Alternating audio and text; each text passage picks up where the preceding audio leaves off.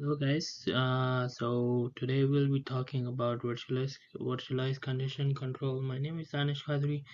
I will be presenting the first part of the presentation, and the second part will be presented by my coworker, like my teammate, who's YSSV. Right. So what is virtualized condition control? Virtualized condition control, it basically refers to the concept of implementing congestion control mechanisms in a virtualized network environment. So basically, in traditional networking, congestion control is typically performed by routers and switches, which are in the physical networks of the infrastructure of the data centers or of the data centers of the company. Then so basically in virtualized environments, multiple virtual machines or virtual network functions may share the same physical network resources. So, due to which it's basically leading to the potential for congestion and degraded performance.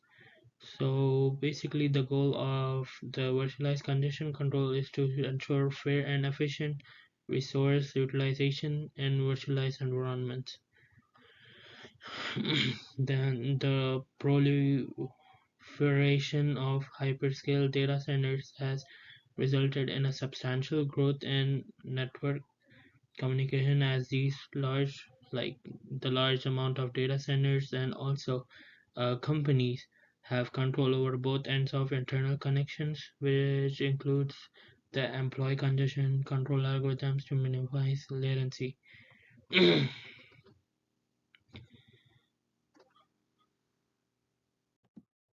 So we'll be covering these five topics during our presentation. So one of them is motivation, then design, implementation design, evaluation of ECN and fairness, and then the conclusion.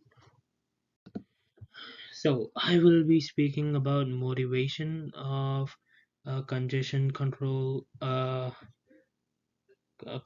virtualized congestion control. So virtualized congestion control, basically congestion control algorithms plays a crucial role in managing network traffic within virtualized environments. For example, which is why it can improve with the help of throughput, decrease in latency, and ensure fairness across virtual machines. So basically, it also affects regulating the flow of data. These algorithms bring several benefits, which I mentioned. It is throughput, decrease of latency, and ensure fairness and across virtual machines. So we can say that enhanced throughput in congestion control algorithm, it optimizes the transmission rate of the data packets, ensuring that the network resources are utilized efficiently, right? And then decrease in latency. Latency basically it refers to the delay or lag experience when data travels from its source to its destination. Congestion control algorithms help in minimizing congestion-induced delays by efficiently managing network resources and preventing congestion hotspots. Then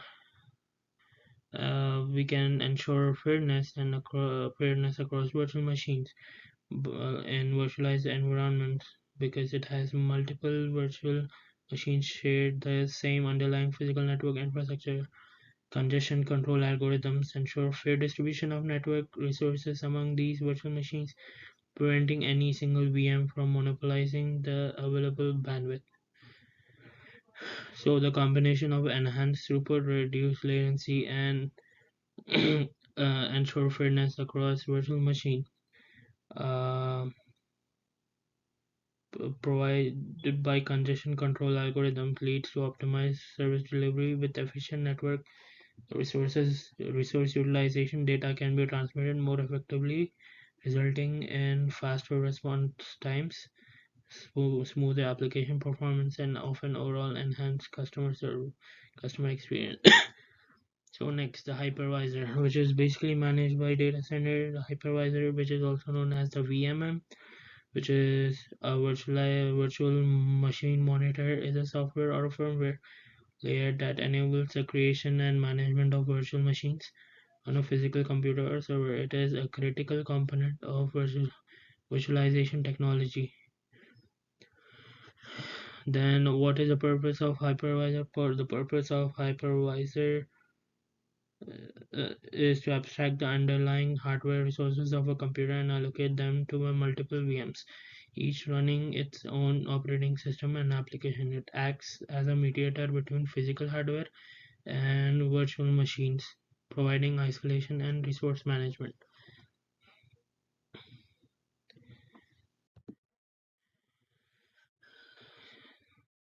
So basically, they won't be aware that the data will be translated by utilizing the hypervisor if legacy systems have their own congestion control techniques.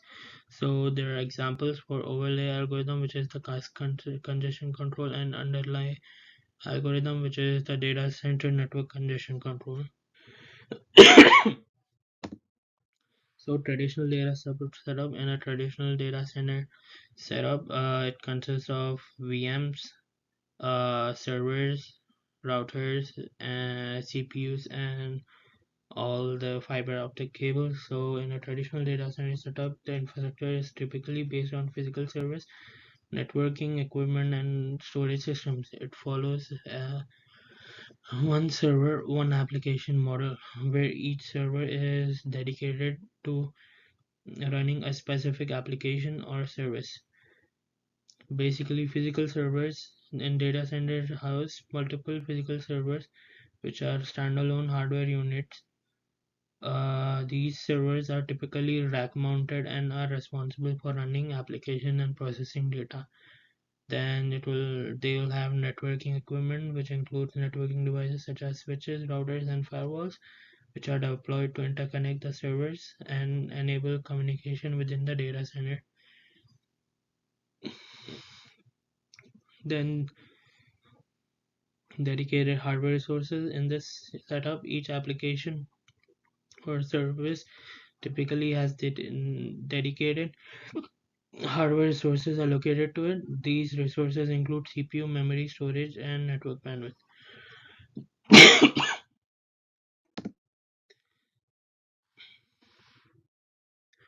So this is the diagram of how the congestion occurs in the data center network. Then traditional data center problems.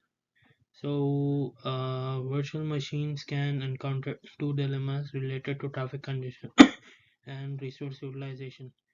So one of them is congestion and packet loss. In virtualized environment, multiple VMs share the same physical network resources. When a large volume of packets is sent out simultaneously by multiple VMs, it can lead to congestion. Congestion occurs when the network's capacity is excessed, exceeded, resulting in increased latency, decreased throughput, and potential packet loss. If the queue occupancy threshold is exceeded, the network devices may drop or discard packets to alleviate congestion. This can result in data loss and negatively impact the performance and reliability of the affected VMs. Then, unequal bandwidth consumption. In some cases, a few VM may generate a significant amount of network traffic, consuming a large portion of the available bandwidth. Meanwhile, other VMs might not be utilizing their allocated bandwidth efficiently, leading to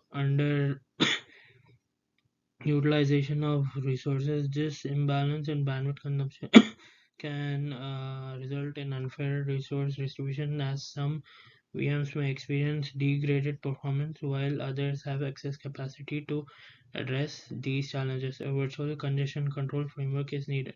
This framework implements congestion control mechanisms within the virtualized environment to mitigate congestion and ensure fair resource allocation. Virtual congestion control algorithms monitor the network traffic, detect congestion indicators, and dynamically adjust the transmission rate or allocate resources among the VMs to alleviate the congestion.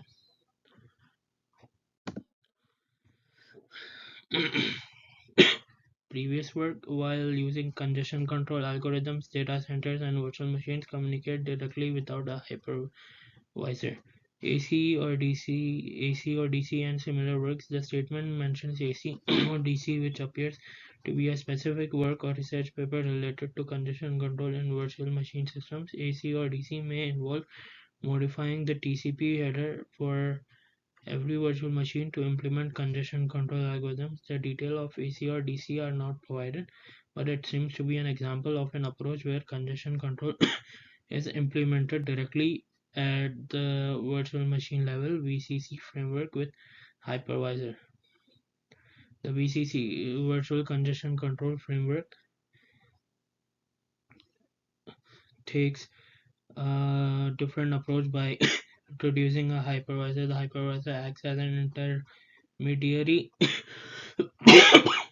between the virtual machines and the data center infrastructure. It provides a practical framework for implementing congestion control algorithms and facilitates the translation of different congestion control mechanisms for compatibility with legacy systems.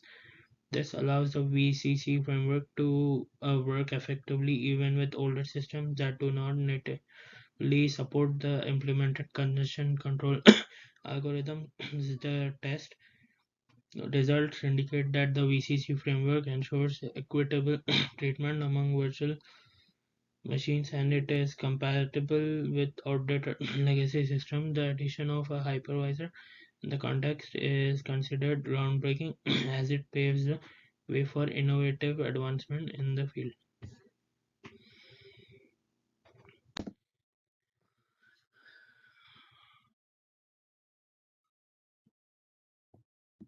So ECN, what is an ECN? ECN is explicit condition notification is an extension to the TCP transmission control protocol that allows for more efficient congestion control in network communication mode. So it contains modification of TCP header. ECN involves modifying and adding information to the TCP header to support congestion control. Then the next part is congestion warning and packet dropping prevention, where ECN serves as a mechanism to notify the sender about network congestion instead of dropping packets when congestion occurs. The network marks them to indicate congestion. The sender is then alerted through the ECN mechanism, which prevents unnecessary packet loss and enables more efficient transmission. Then ECN has flags and connection negotiation. During the connection negotiation phase, ECN attaches itself the TCP header. It sets the ECE, ECN echo, and CWR congestion window reduce flags to indicate ECN support and initiate the ECN mechanism.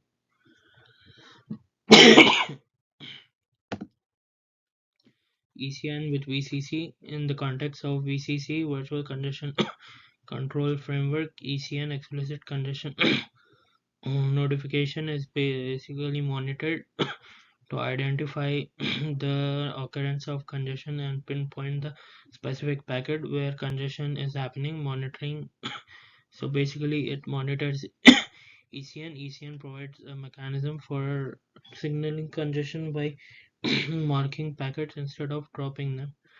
The VCC framework actively monitors ECN signals to identify when congestion is happening in the network. Then hypervisor based ECN processing. In situations where legacy computers are unable to use TCP with ECN, the VCC framework executes ECN processing within the hypervisor. The hypervisor acts as an intermediary intercepting and handling the ECN related operators.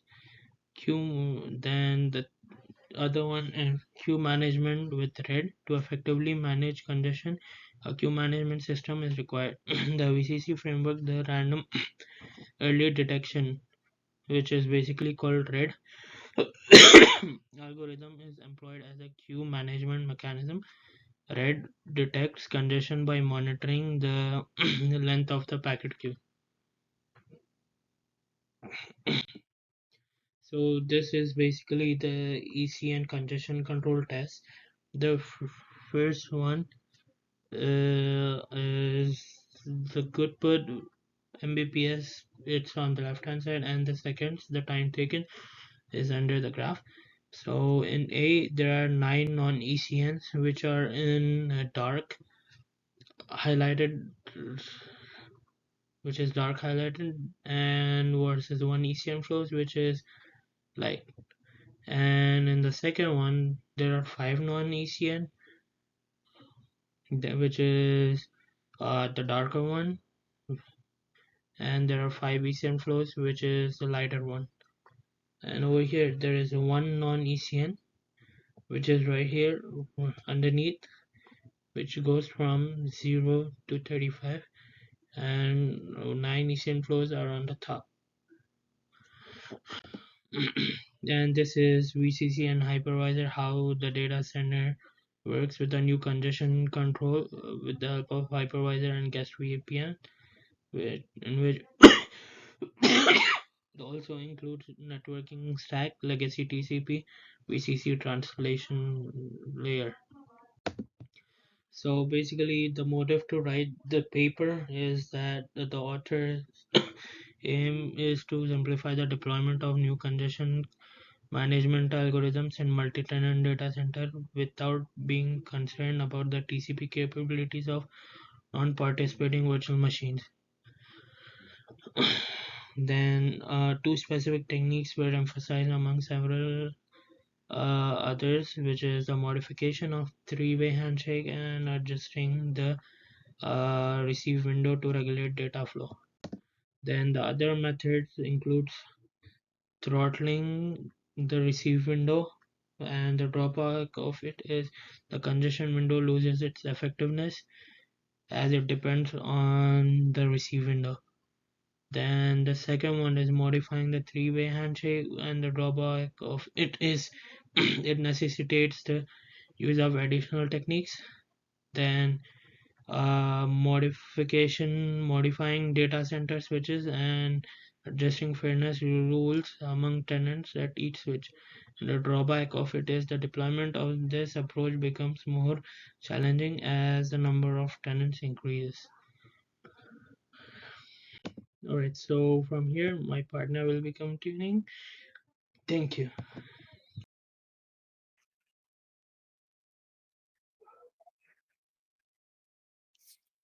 So let's talk about some hypervisor techniques in detail. Here are some TCP modification techniques which are also called hypervisor translation techniques, which can be used in VCC architecture. First technique we'll be discussing about is writing into the guest memory. Uh,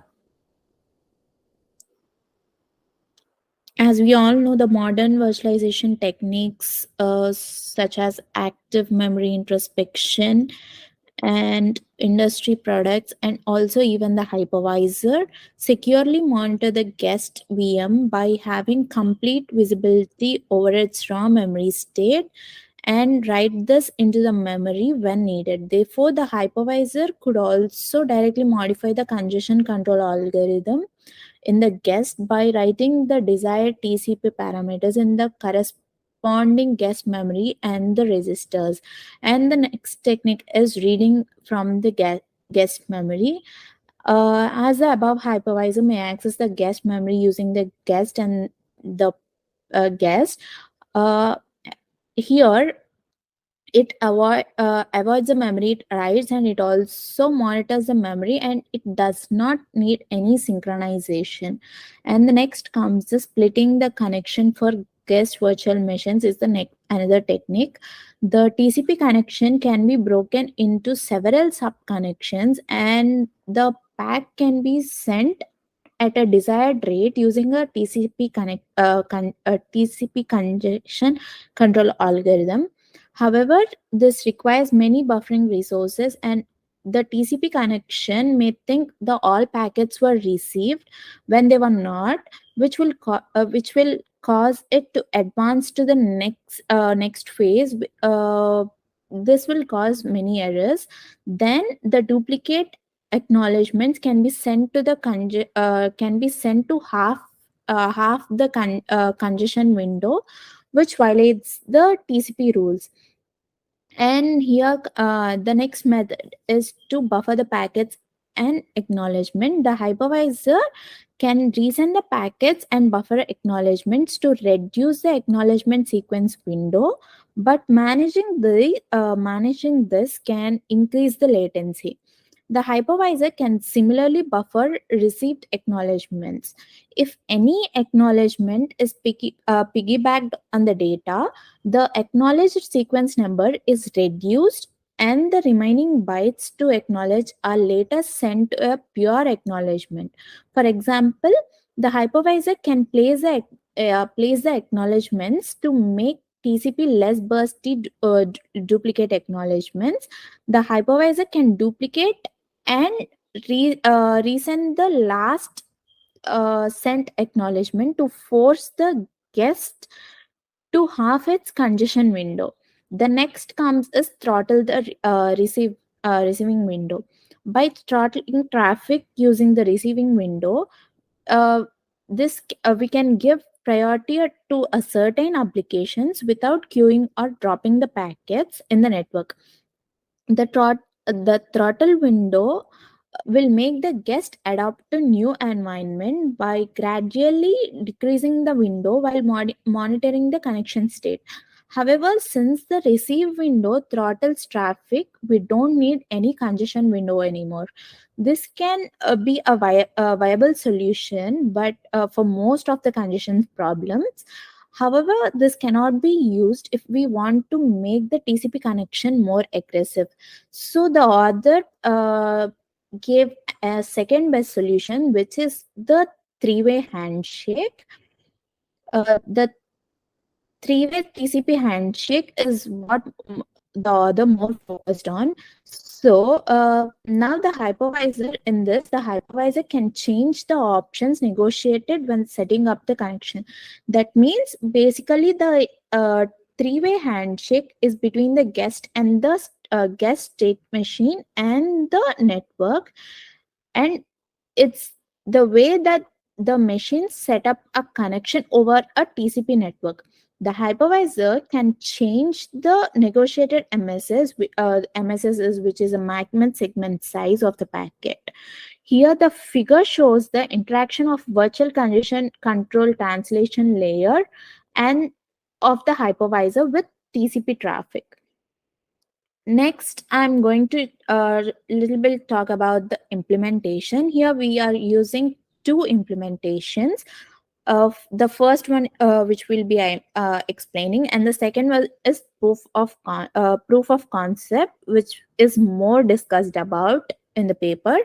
The first implementation is done using a virtual machine running Ubuntu 14.4 with Linux version 3.19 or 3.13 for experiments with 1 gigabyte per second linked carry out with Mininet. And the purpose of this experiment was to demonstrate the virtual congestion control and help to address an unfairness between ECN and non-ECN traffic in Linux environment. As I told you before, the unfairness is about the ratio between ECN and non-ECN flows in the connection. And the importance of the implementation slides is that we can show you the way the author experimented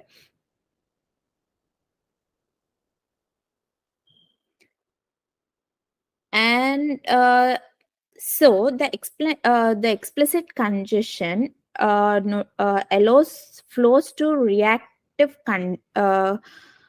conduction before any data has been lost.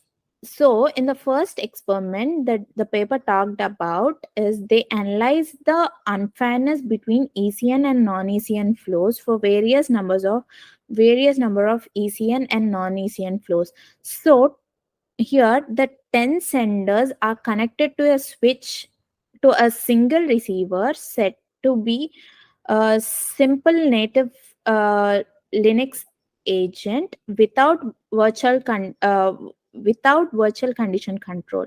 The receiver can be seen as a non ECN receiver for non ECN flows, or an ECN on receiver for or ECN receiver for ECN and virtual ECN flows. The second experiment, that, as I said before, the proof of concept system, is the second experiment. Here we are talking about um, the VMware. W- uh, the connection flows were divided into preferred and non-preferred flows. The translation layer is divide available evenly divides the available window space among the preferred flows and absence of preferred ones, and it dynamically changes window space to preferred flows when it detects the active preferred flows, and divides the remaining of the space among the unpreferred ones. And this ensures the maximum efficiency for the data that's being sent through. By controlling the end-to-end number of transmitting packets, virtual conditional control provides fine-grained data center, while coordination of bandwidth allocation. And here are some architectural issues. And here the researcher evaluated the difference between ECN and non-ECN flows. This graph demonstrates us the unfairness between ECN and non-ECN flows by plotting the time series of their goodput. It shows that while ECN flows share the bottleneck equally among themselves, non ECN flows become more starved, like in part B and part C here, and they cannot uh, send as much goodput. As ECN becomes more widespread, the ratio of ECN and non ECN flows increases. That means the sender can send only fewer and fewer packets. So the way to solve the ECN unfairness is this: while ECN floors fairly share the bottleneck link among themselves, non-ECN flows can become significantly starved. The flow becomes more biased as ECN becomes more widespread in the ratio of ECN flow to non-ECN flow increases. While the ratio of ECN and non-ECN flows increases, the applications increasingly adopt to ECN and hold out the legacy applications find it harder to get their packets to the congestion. Introducing very small number of ECN flows into the mix breaks the fairness between the ECN and non-ECN flows. And this is the another image to show how the flow impacts the flow of all the other packets and in all the parameter sets. The unfairness becomes larger when there are fewer remaining non ECNs and the legacy flows. And here is another comparison between non ECN and the virtual ECN flows. So in part A of the image, here in the part A of the image plots the goodput achieved by 9 ECN flows and one non-ECN flow sharing 10 megabits per second in a bottleneck link, and shows how the ECN flow suffers from the unfairness. In the part B, they were it shows how goodput achieved in the same setting, like which I said, 10 megabits per second in a bottleneck link and 9 ECN flows. Instead of one non-ECN flow, here they have included one virtual ECN, which is resulting with a good put of ECN, and incapable incapable is how now it's very similar to its pairs of ECN. The virtual is ECN is very similar to the ECN, and this is what I said. Now the figure 1 shows, and here is this hypervisor bandwidth sharing. The hypervisor is to detect the signature of a tenant port or a packet, and restricts the bandwidth used by the set of the traffic. The bandwidth limit can be changed dynamically depending on the signals from the network or the guest. After the introduction of preferred flows through the output of unpreferred flows drops due to a receive window throttling. Thus, the providing preferred flows a larger share of a bandwidth, and the total throughput before and after the introduction of preferred flows remains the same. It remains constant. Here is a graph, the picture of the graph of bandwidth sharing among the guests.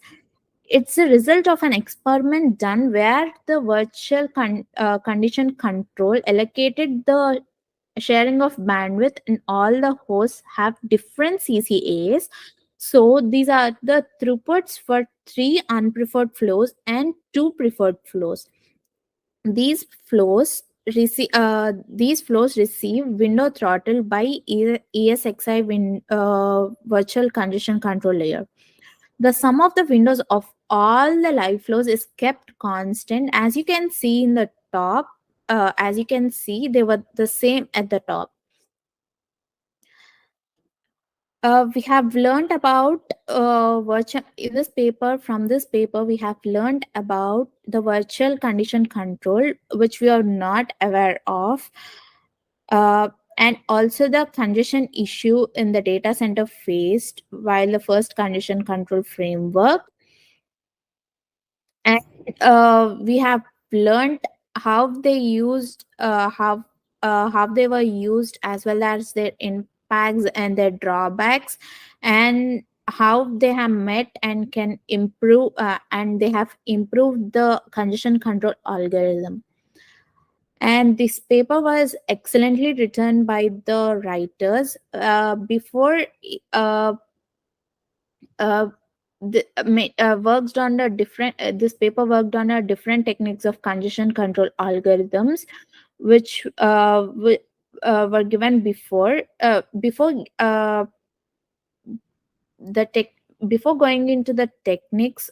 He explained the work best. He also explained the frameworks applied, and he have a more information on it. And also he explained how, he also compared with the previous works and how he improved the framework. And I feel the author could have improved in, like, the organization of the related work, and also the implementation of organization, and also he could have provide more information on basically ASEAN, as I am a first learner of this. I feel that. And this is our presentation. We hope you enjoyed it. Thank you.